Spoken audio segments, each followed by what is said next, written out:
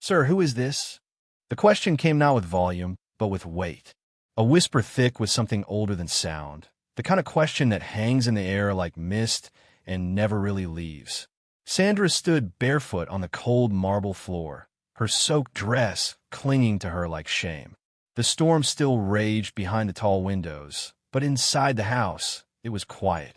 Too quiet. The chandelier above her caught the light and scattered it like broken stars across the polished floor. Her small, shaking finger pointed toward the photo above the fireplace. A woman stood frozen in time, wearing a blue dress beneath a jacaranda tree, smiling, as if she didn't know the future would betray her. Henry's body went still. His hand, which had only moments earlier tossed car keys onto the console with a sigh of routine, now trembled at his side. His eyes followed hers to the photo. The past was back, and it had eyes. "Why are you asking?" he said, though his voice was already retreating. Sandra's lips barely moved. "Because she is my mother, my late mother." And just like that, the world tilted. Henry blinked, but the girl didn't disappear.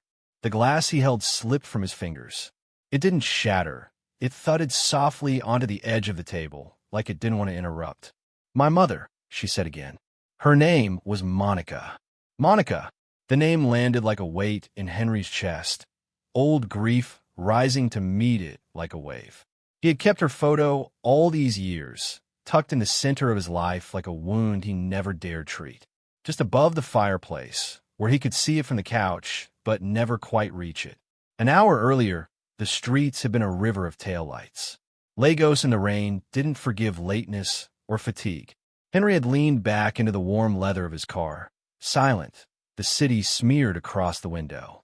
The wipers beat a soft rhythm, like a heart trying to convince itself it was still alive. He'd been heading home from a late meeting on Victoria Island, one of those negotiations that required fake laughter, vintage whiskey, and the kind of charm that made him feel like a well-dressed fraud. But as the car slowed under the bridge, something caught his eye. Or rather, someone. She was folded in on herself, a bundle of wet fabric in silence. Her face hidden, knees pulled to her chest, hair matted against her skin. Rainwater puddled around her. Henry tapped the driver's shoulder. "Stop, sir." The driver hesitated. "I said stop." He stepped out, umbrella in hand. The air smelled of wet cement and cheap exhaust. He approached the figure carefully. "Hello," he said gently. "Are you okay?" She flinched, pulled back like an animal used to being struck. Henry held up his hand. "I won't hurt you. I promise." A long silence. "They all say that," she said at last. Her voice was cracked, too old for someone so young. Her eyes, when they finally met his, were hollow with something more than hunger. "I'm not them," Henry said. He took off his jacket and held it out. "Please, you're shaking." Another pause, the kind that stretches thin across fear. Then she reached, just barely, fingers trembling, and took it. He helped her into the car. The driver cranked up the heat without needing to be told. "What's your name?" Henry asked, once they were moving. "Sandra." He nodded. "I'm Henry." She didn't ask for a last name. Didn't know she was in the car with a man Forbes once called Nigeria's quiet billionaire. He didn't volunteer it either. He'd never liked how loud money sounded. Instead, he stole glances at her bare feet, still red from the pavement. The way she curled into herself, even as warmth returned to her skin. He watched the raindrops race each other down the glass, and tried not to think of a blue dress and a tree. Of Monica. The name used to sit sweet in his mouth. They had been young, stupid, in love. University days filled with lazy afternoons, whispered plans, and the kind of promises you only make when you believe nothing can go wrong. But things had gone wrong. In January, his parents had called from London. They wanted him abroad. Opportunities, they said. "She's not your future," they added, offhand, like that explained everything.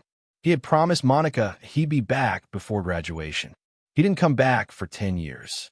And by the time he did, Monica was gone. Disappeared. No trace. No friends who knew where she went. He searched, hired people, hit dead ends. Eventually, even the guilt went quiet. Until tonight. Sandra hadn't said a word when she stepped into his house. She'd stared at the high ceilings, the expensive rugs, the way the lights were warm instead of harsh.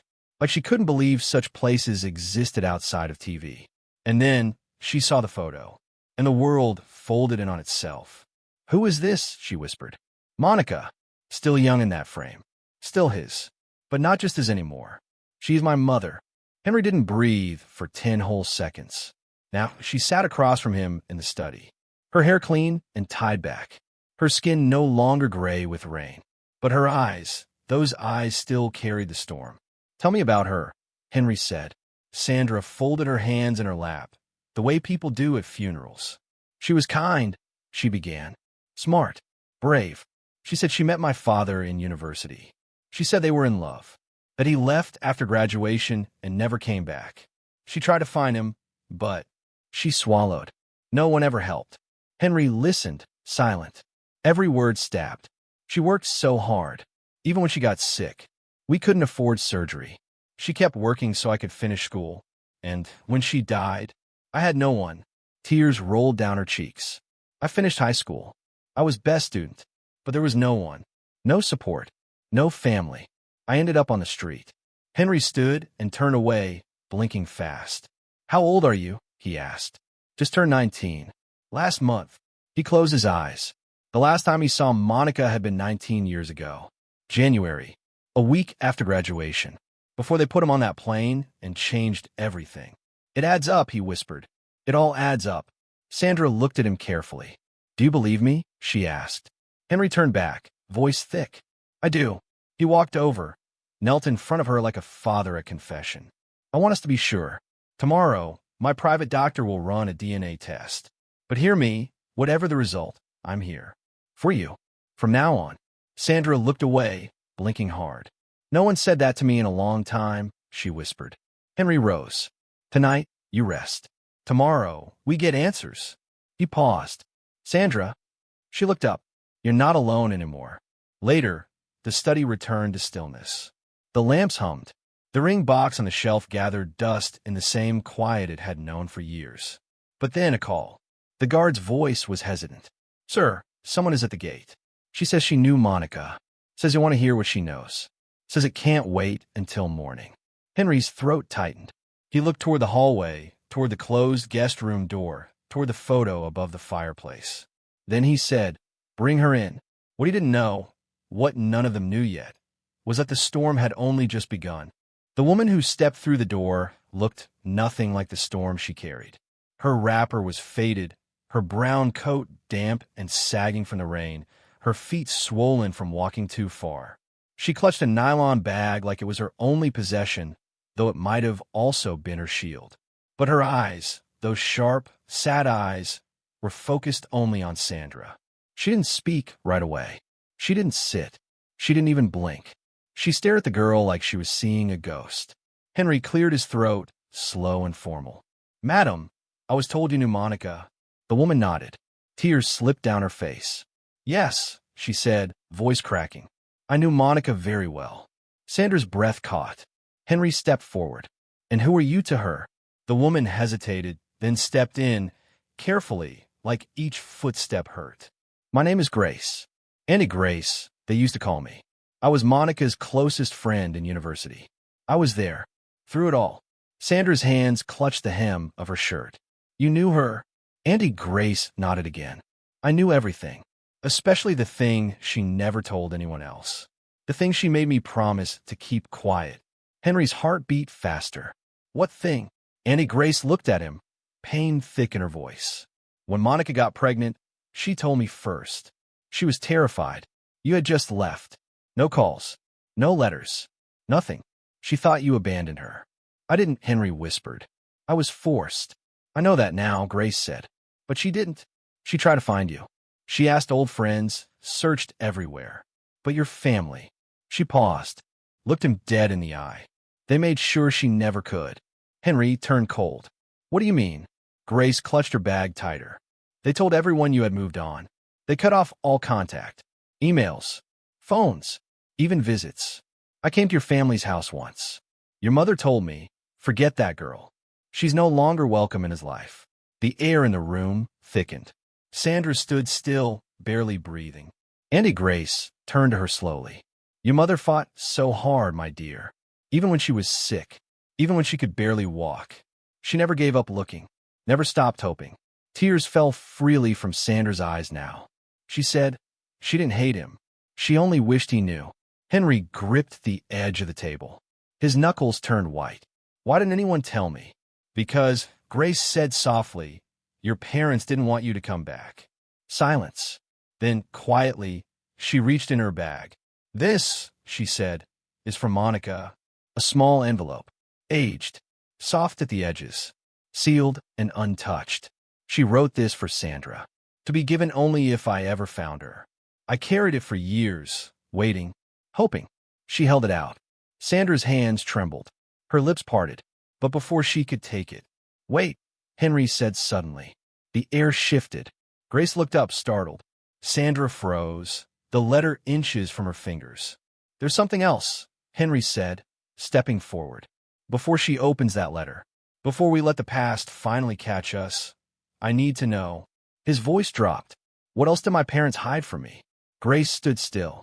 Sandra clutched the envelope to her chest. The house was so quiet now. The ticking clock sounded like thunder. Grace started, then stopped. Her hand went to her mouth, like she was about to confess to something unholy.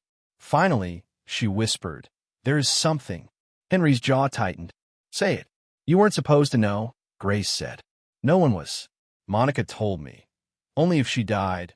Only if I ever found her child. She swallowed. Monica didn't have just one baby. Henry blinked. What? Sandra's breath caught. Grace's eyes welled again. She had twins. The silence was deafening. Sandra's knees buckled. She caught the side of the table. Twins, she whispered. Henry staggered backward. Are you saying? Yes, Grace said. Sandra has a twin.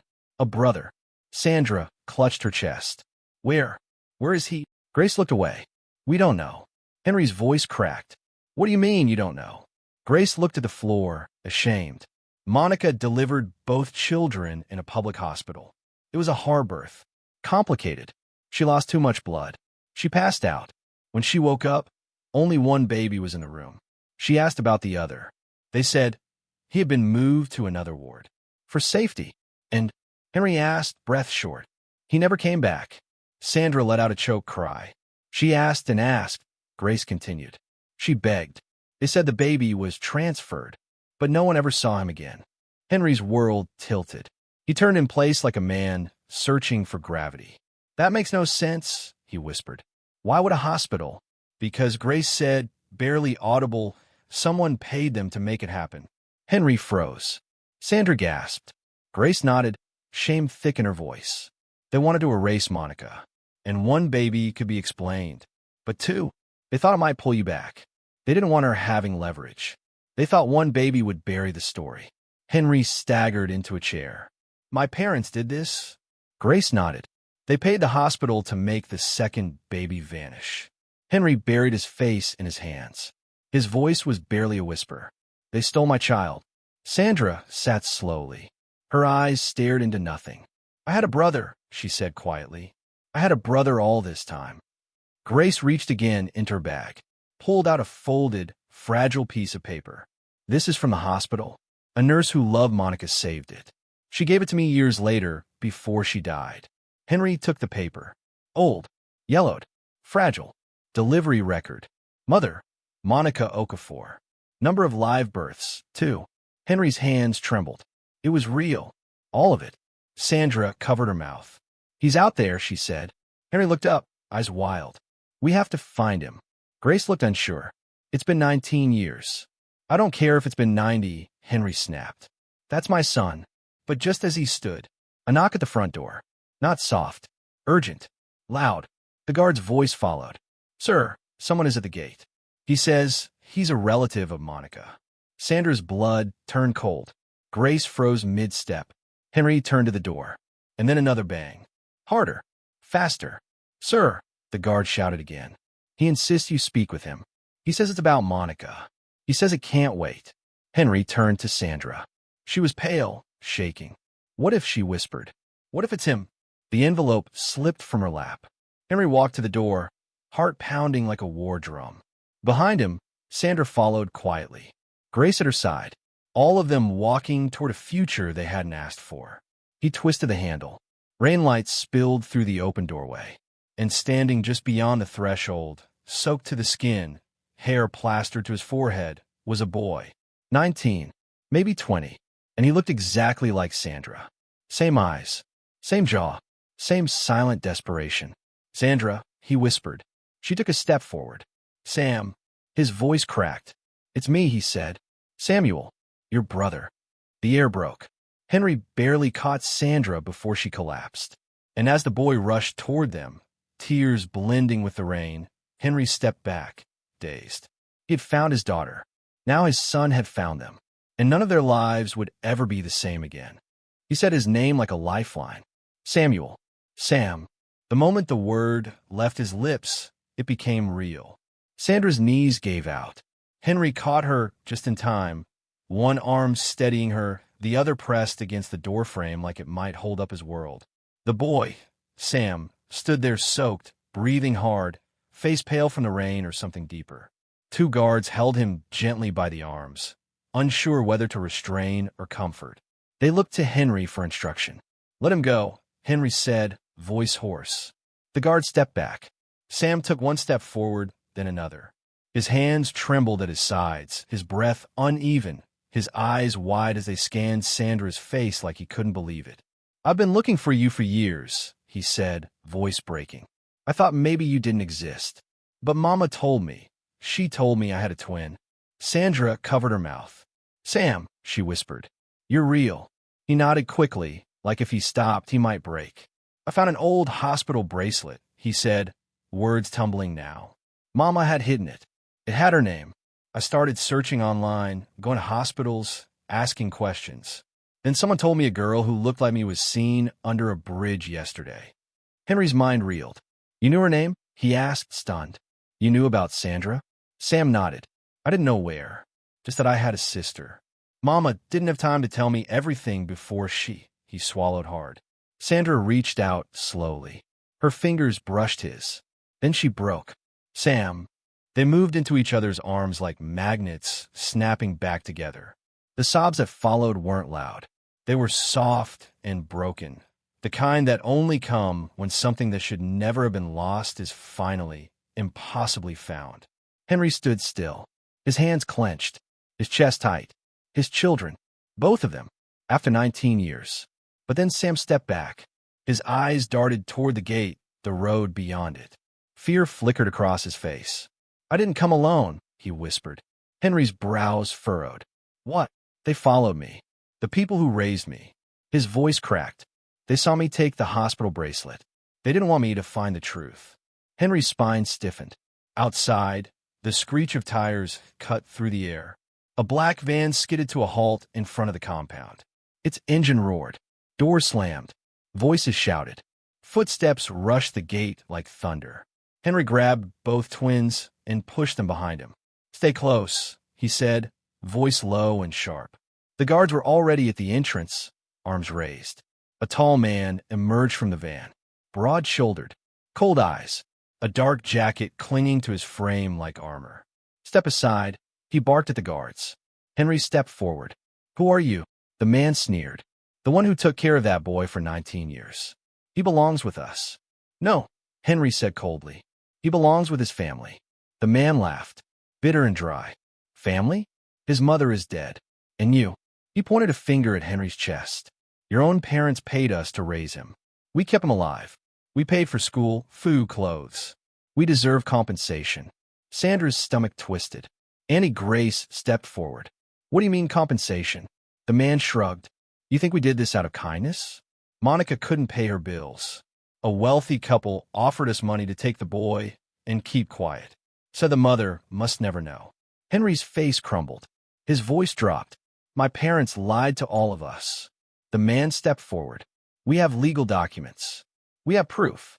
That boy is ours." "He's not a possession," Sandra snapped, stepping beside Sam. "He's a person.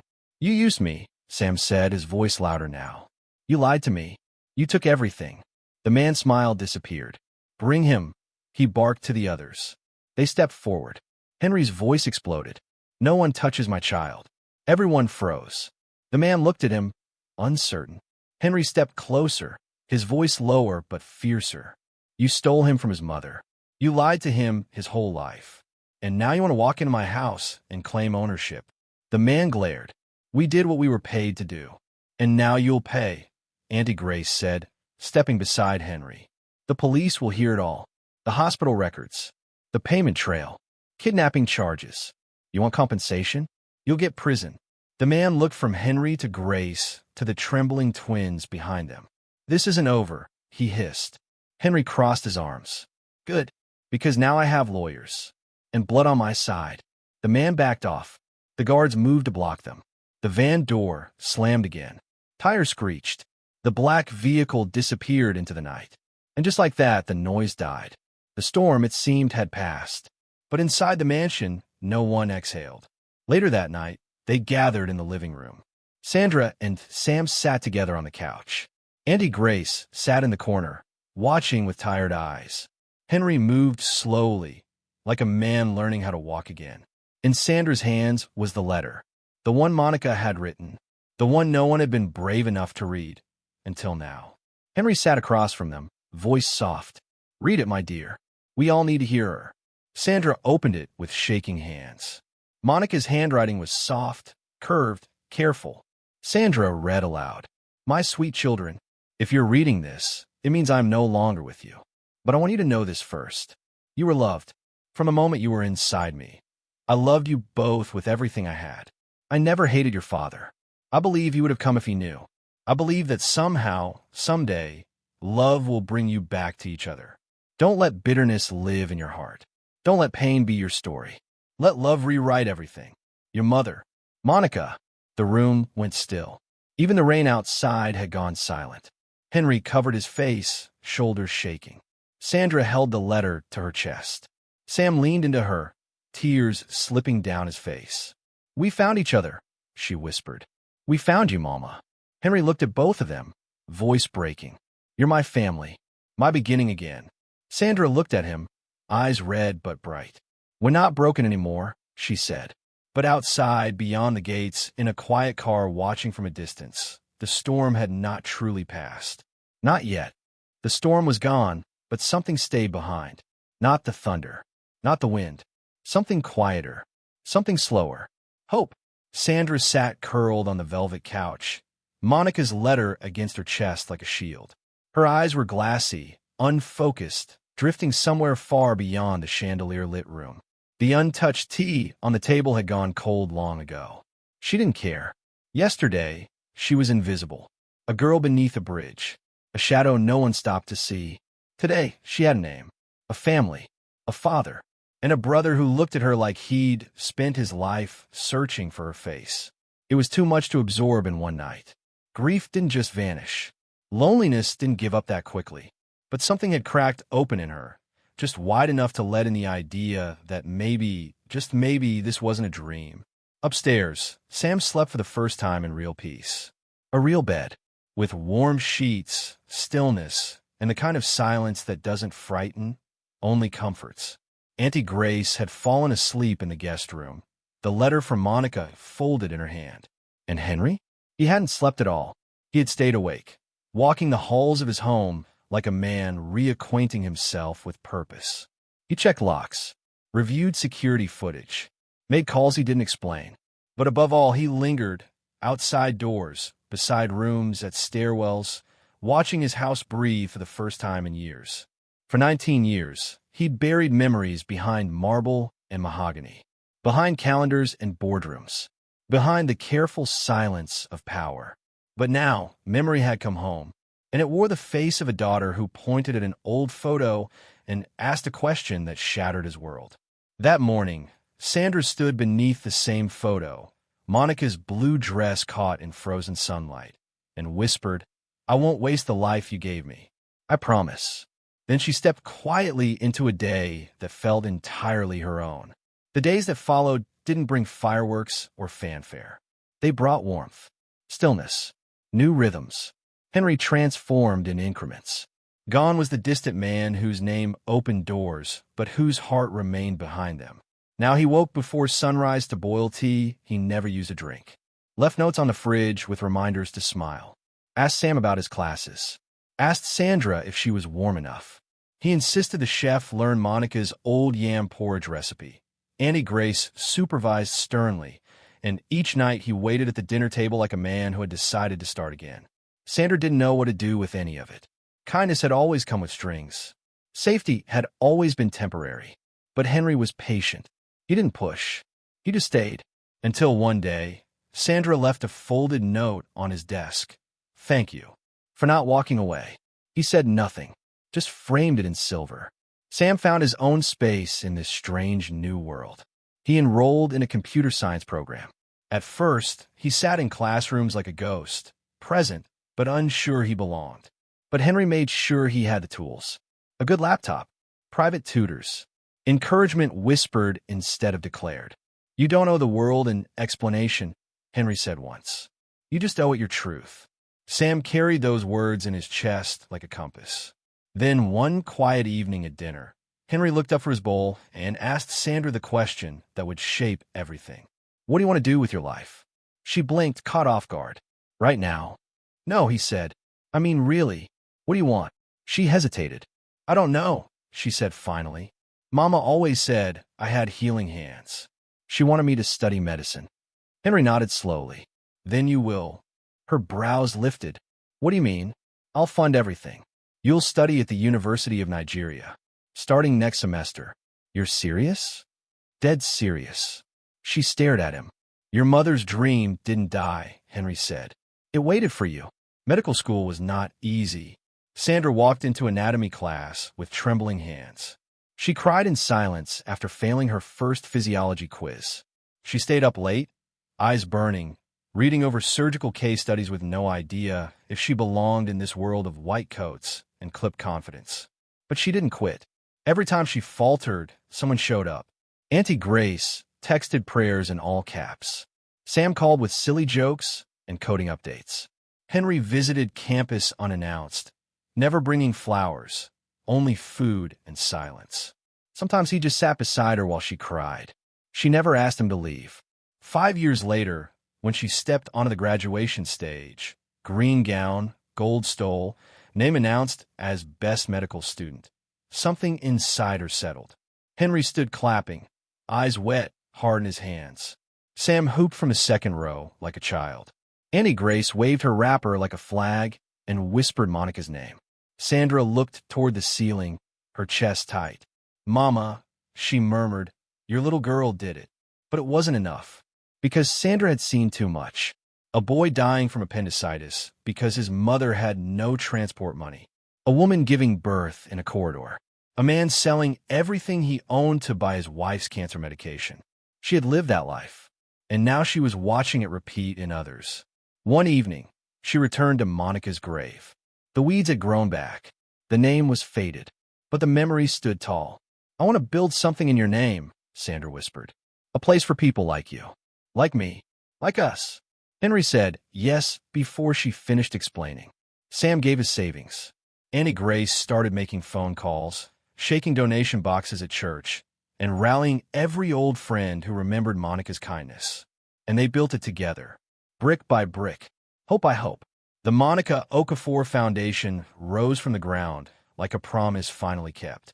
A free medical wing, a scholarship center, temporary shelter for homeless families, rural outreach teams, a garden where children could play, a hall where mothers could rest. Sandra didn't just run it. She lived it. She treated patients herself. She hugged women who reminded her of Monica. She cried in the supply closet when they lost someone they tried to save. But each morning, she got up again and kept going. 1 year after opening, the foundation had served over 1,000 families. Henry never missed a board meeting. Sam built the donation platform and app. Auntie Grace ran the volunteer team like a general. Sandra? She was the heartbeat, the center of it all. One evening, as the sun bled gold across the white walls, she stood on the upper balcony watching children chase each other across the garden. Laughter floated up to meet her. A breeze rustled the leaves. She closed her eyes. "Mama," she whispered, "I hope you see me. I hope you're proud." And just then, A sound. Footsteps. Soft but sure. She turned and froze. A familiar face stepped from a shadow of the hallway. Someone she hadn't seen since the black van disappeared. Someone who had returned for a reason. Someone carrying something that would once again change everything. Rain had long stopped, but the scent of it still clung to the garden outside Henry's mansion. It was that moment just after a storm when everything felt too clean, too quiet, as if the world was holding its breath. Inside, Sandra sat at the large dining table, the same one where the letter from Monica had first been read. The photo of her mother stood in the corner, framed beneath glass, but alive in every word that had followed. Sam leaned over her shoulder, his eyes scanning a printout. Medical reports, security updates, property deeds. It had all become normal now. Routine. But no part of their life was ever truly normal again. Because the truth didn't just set them free. It rearranged them.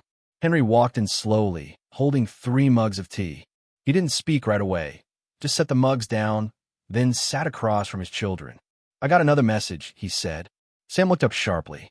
Sandra straightened. "From who?" she asked. Henry's jaw clenched. "From one of the nurses who worked in the hospital the day you were born." She said, "There were others." The silence that followed was loud. Sandra felt something cold settle in her chest. "Others?" Sam asked. Henry nodded. "Other records. Other babies taken. Other secrets buried." Sandra stared down at the letter in her lap.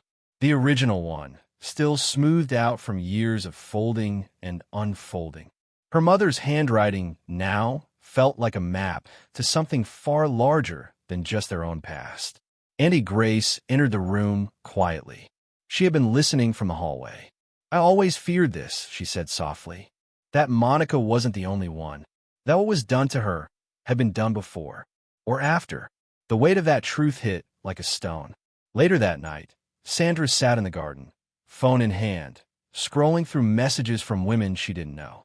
Ever since the hospital story made the news, messages had poured in. From daughters who never knew their fathers. From sons raised in strange homes with secrets they couldn't name. From mothers who still whispered names to stars at night, waiting. And that's when Sandra realized her pain was not unique, but her voice could be. The next day, she launched something new, a division under the Monica Foundation.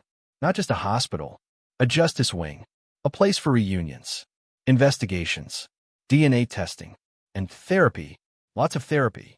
"We can't fix the past," she said at the first press conference, "but we can stop it from repeating." Sam stood beside her, hand firm on her shoulder. Henry stood behind them, older now but steadier than ever. Auntie Grace, in her usual wrapper, handed out flyers like it was the gospel. And slowly it began. Families were reunited.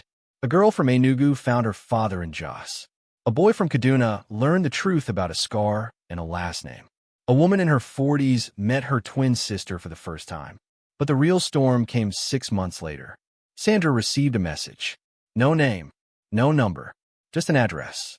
And a photo. A little girl, 5 years old, curly hair, bright eyes. "She looks like," Sandra whispered, staring at the image. Sam leaned in. "She looks like you did." The address was a shelter in Port Harcourt.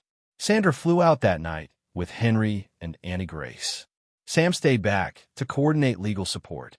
The shelter was small, cracked paint, faint smell of disinfectant. But the moment Sandra walked through the doors, a little girl looked up from a corner and smiled. It was like being punched in the soul. Sandra knelt slowly. "Hi," she said, voice trembling.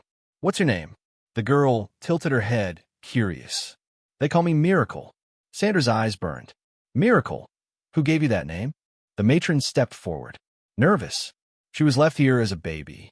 No name, no ID. Just a note that said she is the last piece. "We thought maybe the parents died."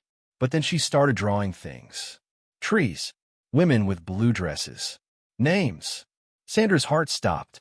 "Monica?" she asked. The girl nodded. "That's the name I write in the sky when I pray." Henry had to sit down. Auntie Grace crossed herself.